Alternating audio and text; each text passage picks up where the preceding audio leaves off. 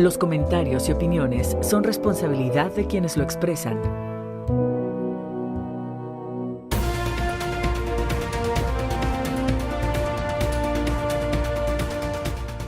Muchísimas gracias por estar en esta noche con nosotros aquí en la entrevista. Agradecemos también a usted que nos sigue a través de la radio, de las redes sociales y también de la televisión. Esto es Radio Televisión de Veracruz.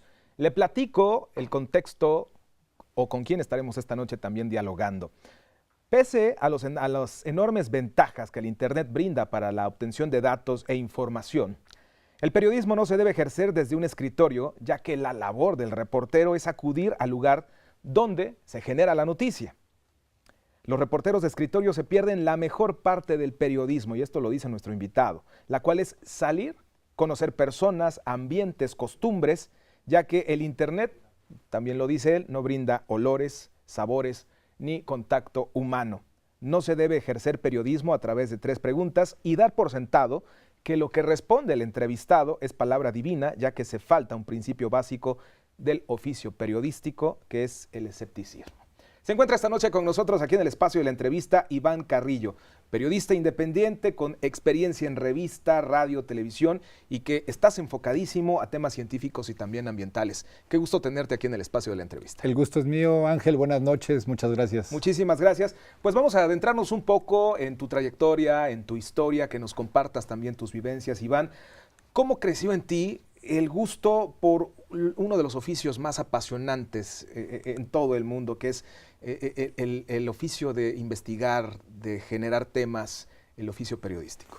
Bueno, el periodismo llega a mí a muy temprana edad y casi sin estar consciente de que esto podía ser una forma de vida, después de una conversación de un papá en la primaria, que era periodista y explicó de qué se trataba. Pues de alguna manera me toca alguna fibra sensible a un niño de 9 años, que era yo, y comencé a hacer yo un periódico escolar durante 3 años.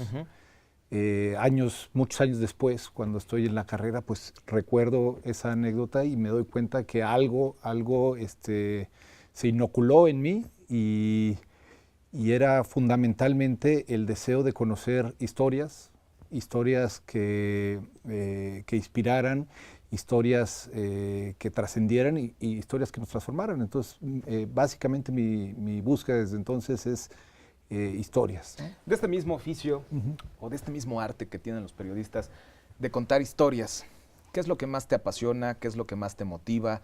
¿Qué es lo que tú buscas en tu día a día, en tu trabajo diario? Son 2 cosas. Una podría decir que nace de una visión egoísta, que es la posibilidad de vivir muchas vidas en una. La posibilidad de conocer otros oficios, otras actividades, otros pensamientos, otras ideas.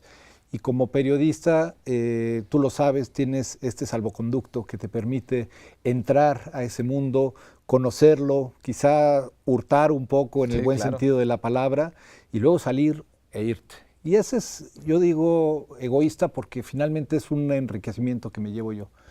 La otra es más de contribución, de un compromiso social, algo que puedo pensar que ojalá sea así, que se contribuye. Y me parece que el periodismo es esta actividad que desde la narrativa ayuda a configurar precisamente eso, una narrativa social.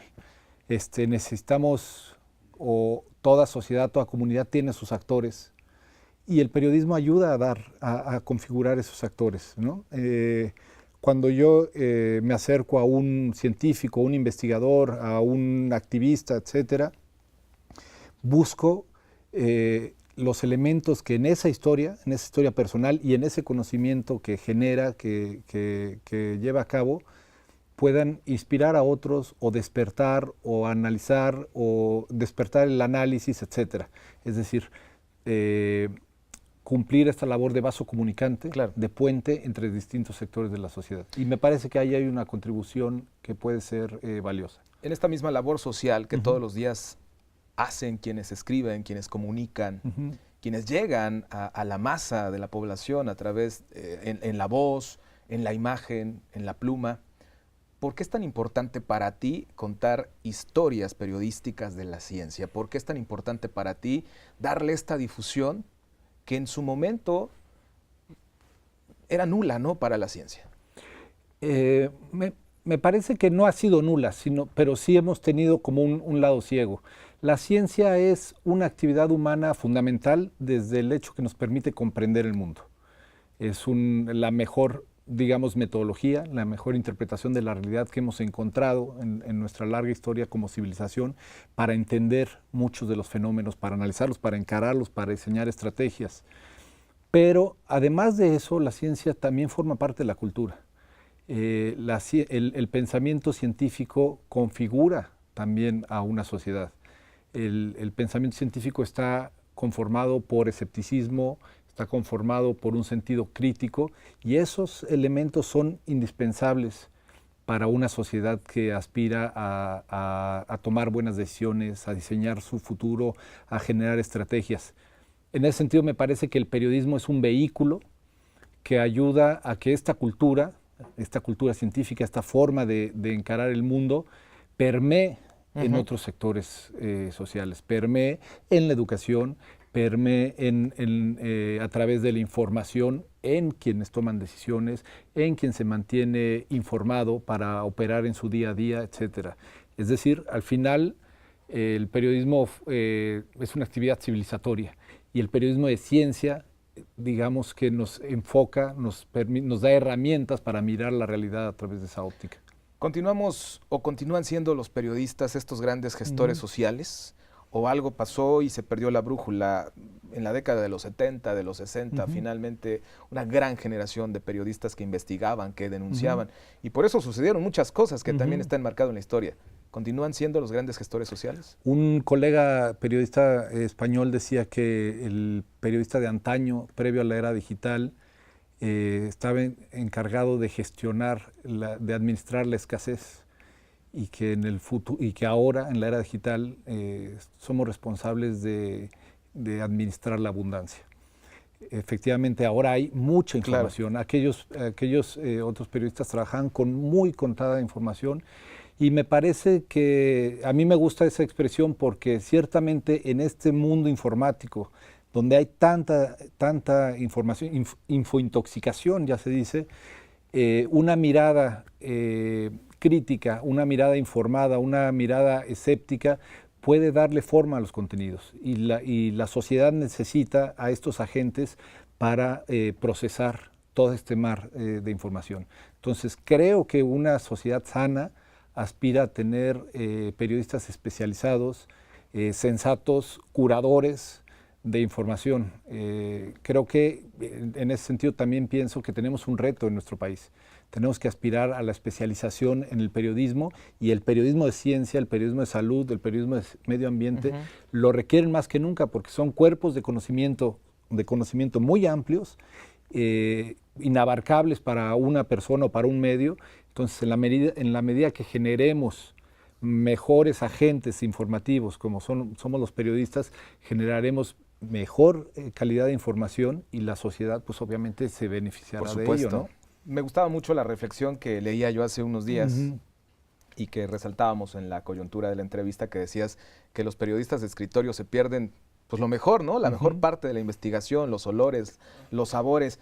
Y me gustaría mucho que nos comentaras pues los reconocimientos que has tenido gracias a estos trabajos de campo en los cuales tú, pues, finalmente dejas la ciudad, te pones la mochila prácticamente al hombro y dices, vamos a recorrer el país, ¿no? Pues pienso que es tal como lo dije ahí, que no lo recordaba ahora que lo leías, pero tal como lo dije ahí, me parece que la mejor parte de este oficio es tener una experiencia cercana a la realidad. Es la gran oportunidad de ser un testigo en primera fila prácticamente de los intereses que uno pueda tener. Y sin embargo, el Internet y toda la tecnología nos posibilita, lo sabemos, nos posibilita una presencia virtual. Y el peligro está en el equilibrio. Obviamente no me refiero a no utilizar las herramientas tecnológicas, son fundamentales en cualquier trabajo. Sí, por supuesto, en la no está peleado.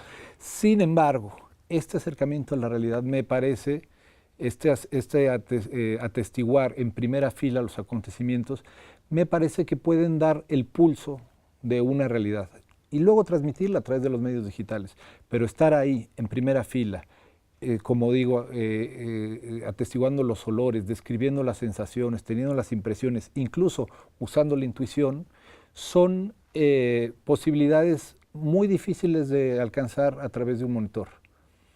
Eso lo digo en un contexto donde me estoy refiriendo a estudiantes de periodismo, invitándolos a que no se pierdan la mejor parte de este oficio, que para mí es pues tener la experiencia del conocimiento, de la realidad.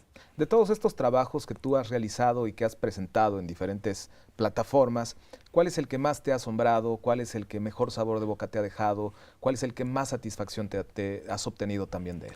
Creo que me pasa como a las mamás, que uno termina por encariñarse con los hijos y ha habido historias quizá o personajes que en su momento me marcan o me recuerdan, pero siendo honesto, intento, mi aproximación a los temas es desde la honestidad, desde el respeto, entonces intento que lo mejor de mí esté en cada aproximación que hago, ¿no? Algunos formatos como el reportaje pues permiten.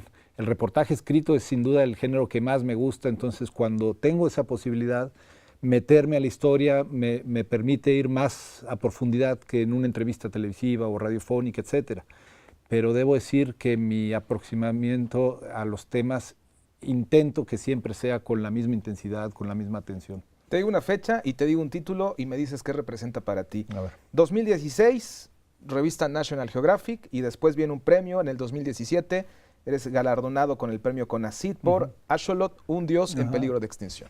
Pues representa, me da mucho gusto ese reconocimiento, sobre todo porque dio visibilidad a un texto que, como dices, un dios en peligro de extinción, que yo tenía muchas ganas de contar desde la infancia. Siempre me sentía atraído a esta salamandra, me llamaba mucho la atención una fotografía de Paulina Lavista que yo tenía en una revista de niño, y finalmente publico esa historia, entusiasmo a la gente de National Geographic, consigo una beca en el extranjero para contar una historia periodística que quienes la otorgaban también se entusiasmaron mucho, y publicamos la historia y sentí que pasaba inadvertida la historia.